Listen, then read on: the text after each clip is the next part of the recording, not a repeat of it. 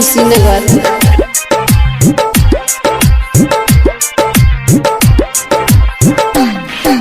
सैया सैया सैया हो जनी धर बहिया हो, सैया सैया सैया हो जनी धर बहिया हो, राते जवन कैले बाड़ बथ करिया हो।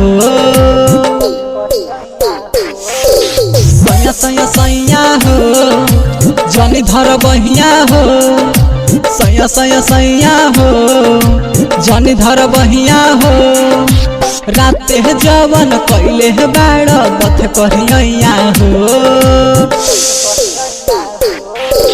सैया सैया सैया हो जनी धर बहिया हो, सैया सैया सैया हो जनी धर बहिया हो।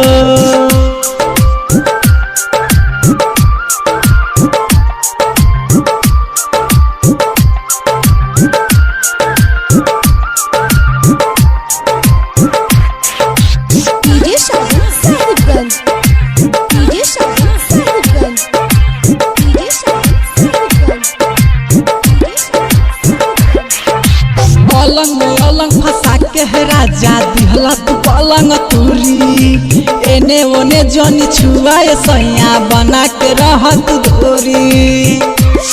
हटी ना पलंग में अलंग फंसा के राजा दिहला तू पलंग तुरी, एने ओने जनी छुआए राजा बना के रहत धोरी।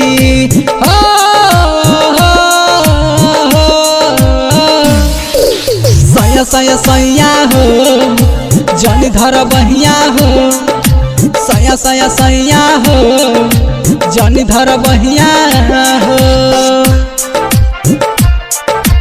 डीजे शादी साहिबगंज, डीजे शादी Sahibganj. Mix by Navdurga studio Belwania mission Kushinagar.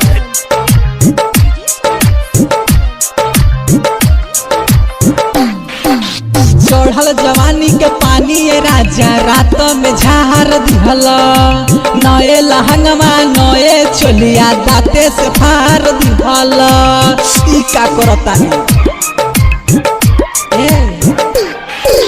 चढ़ल जवानी के पानी ये राजा रात में झार दिहला, नए लहंगमा नए चोलिया दाते से फार दिहला।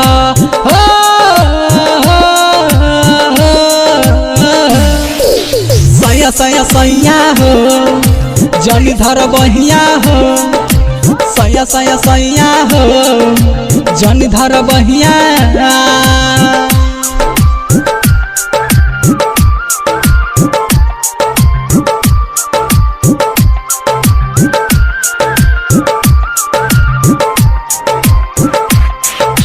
डीजे शादी साहिबगंज, डीजे शादी साहिबगंज।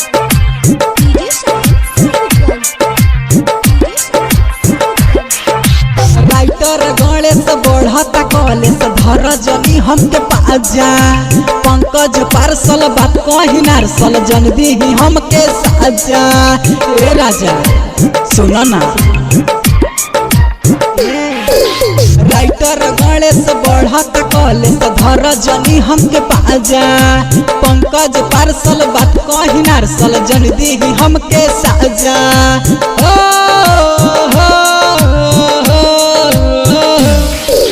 सैया सैया सैया हो जनी धर बहिया हो, सैया सैया सैया हो जनी धर बहिया हो। Mix by Navdurga studio Belwania mission Kushinagar.